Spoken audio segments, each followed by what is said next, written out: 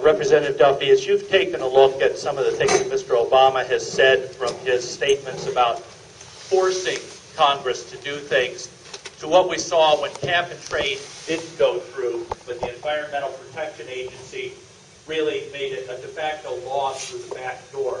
My question is, can the House and then eventually the Senate address issues that rein in regulatory agencies, and if so, how can they do it? I think that's a very good question. One of my frustrating points of being a congressman is that there's so much that falls outside of our control. You have all of these professional bureaucrats that know better how to set up rules and regulations to run your lives than you do. And they keep passing these rules, and we have very limited control. So I appreciate the question, because what we did is we passed a couple of bills that would say, listen, if you are going to pass a rule or a regulation, you have to first do a study or an analysis and see what the cost would be on that rule or regulation in the economy. And then if it's going to cost $100 million or more, you need to get congressional approval. So if you all go, that's a horrible rule, you could come to me and say, vote against it. Or if you love the rule, you go, support this.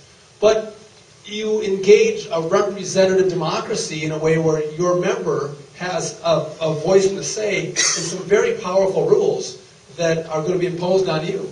And I think we continue to see rules and regulations imposed that are very costly and have a dramatic impact on our lives.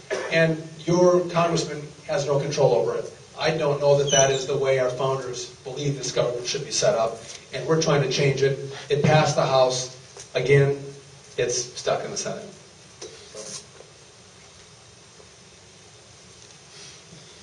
Okay, thanks, Sean. Roger Bieber from Weston has a question about jobs.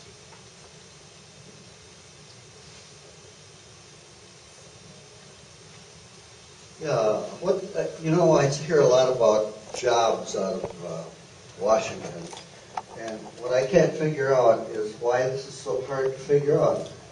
We don't have any jobs. How can you build jobs